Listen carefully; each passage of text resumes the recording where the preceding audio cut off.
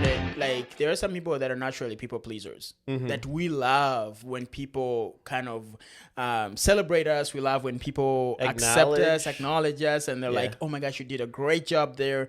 And you know, for me, I find myself thinking like when I do something, I'm like, how people going to think about this, like how, like even this kind of can become such a big deal even in other areas that it doesn't even matter. Like even in like dating, like sometimes you will fail to date other people because you think, oh well, what will people think when they see me with this person? Like, and I think there's definitely times where people, you know, hold back, maybe even going out on dates with girls because they're too scared what other people might think if they're with that girl. Yeah, that's very true. Because I think we sometimes tend to pigeonhole ourselves into a specific presentation of who we are as people. Like people know when Eric walks into a room, people that have interacted with me, they kind of know, they have expectations of what, you know, Eric is like when you hang out with him, right? And so you tend to want to keep that, you know, especially if you have a good reputation maybe with people, or you have a way that people talk about you, you kind of want to present that. And sometimes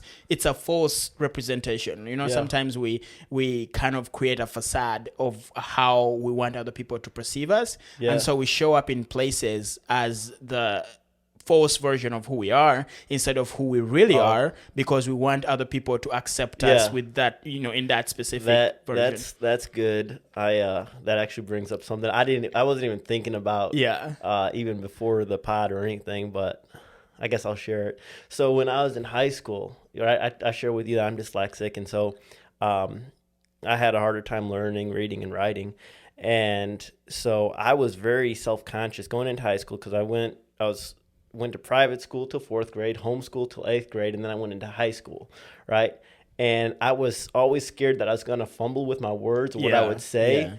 And so I'd usually keep kind of quiet. And if I did say anything, I always played like the class clown. I'd joke around.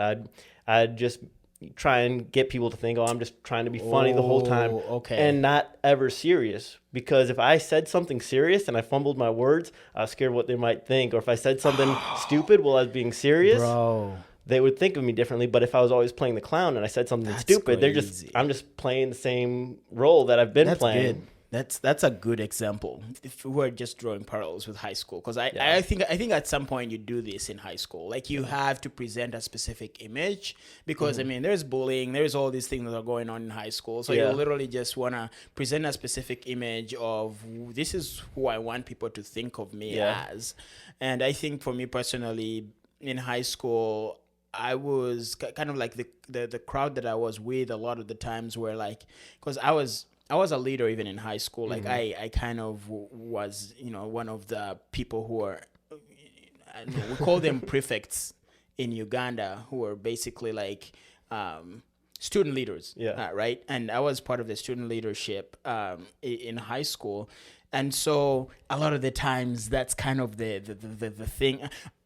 People that interact with me now, think I'm the goofiest person ever, right? Like I've heard people tell me, I don't know when you're serious and when you're not, right? Yeah. But like that version of me was never existent in high school. Like I was this serious dude that was just like always like, you know, trying to, you know, make sure everyone was in line. Like I was a student leader, like so I tried to fit that mold, right? Yeah.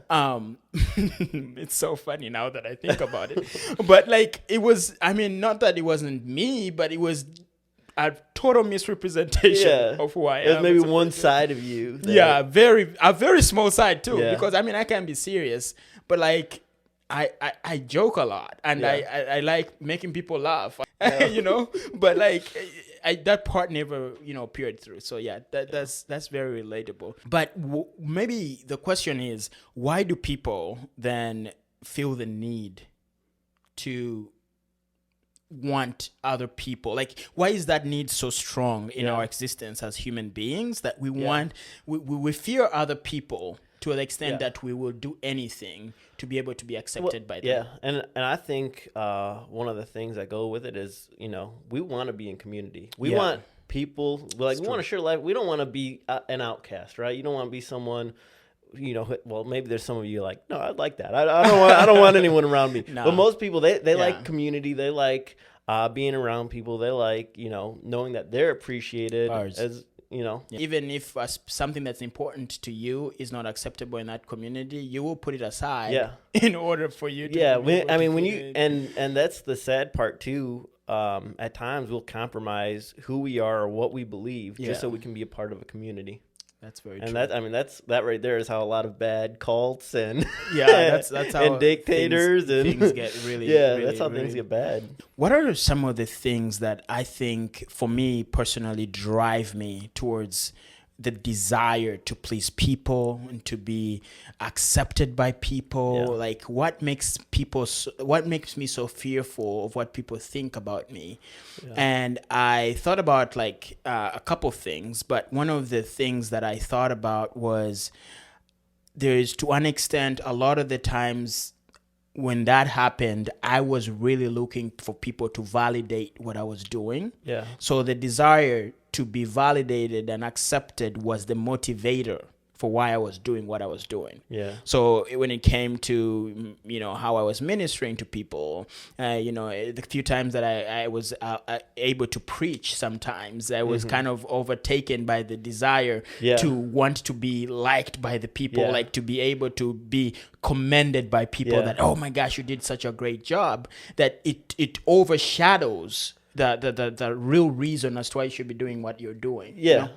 And I think, I mean, I could see that definitely. Like if I was going to preach and then no one said anything afterwards, like no one came up to me like, "Oh, good job," like that'd be like, man, did I mess up? Did I even preach? Like, what did I even come here to do? Like, and I don't think there's anything wrong with congratulating people and saying they did a good job. And I think it's actually, you know, needed. It's part of being a part of a community and stuff. But I think, you know, as a pastor or a preacher or someone, you know, delivering the message, it's like, it's not always about winning the approval of people. It should not even be. I mean, it should not that it's not important, because the Bible does say that we should aspire to be approved by men, but not in the sense that overshadows and becomes the driver of why we are ministers or why we are sharing the gospel with people, of why we are loving people. It's actually this is totally off the cuff. I did not even think about this, but now that we're talking about it, so we might as well. There is this video that was going, you know, viral of Mr. Beast. I don't know if you know Mr. Beast. Big and YouTube. I think, he built like 100 wells in Africa. And everyone was like, a lot of people were happy about it. I mean, especially the people that were the recipients of that, right? And a lot of people were criticizing him because they were like, oh my gosh, you're doing this just for the likes. You're doing this, you know, for people to say, to pat you on the back and just be like, oh my gosh, you're doing such noble work, such great work, you know. I have very, like my view of that is kind of like, you know, he's doing with the best he can. I mean, the stuff that he's putting together, you know, is, you know, the reason as to why he films it, I feel like it's normally just to generate more money and through content, so that then he can use that money to be able to. And I think that's even an area where you got to be very, you know, you got to be careful. You shouldn't just assume someone's motivations, especially someone you never met or you don't know. Yes, absolutely. But like, you know, but the reason as to why I thought about that is that sometimes, especially in this world of social media and this era of the internet, like we tend to do stuff a lot of the times for us to be seen and to be validated and to be accepted and to be applauded by people, when it's not necessarily the most important part of why you're doing what you're doing.